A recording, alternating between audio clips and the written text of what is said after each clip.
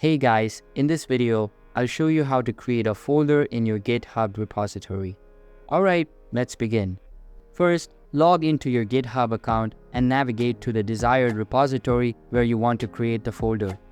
Once you're in the repository, tap on the Add File button. From the drop-down menu, choose the option to create a new file. In the New File Creation screen, enter the name of the folder you want to set up. Make sure to include a slash after the folder name. Then, type any temporary file name to complete this step. After entering the temporary file name, save that file. Now that you've created the folder with a temporary file, you can upload your original files into that newly created folder.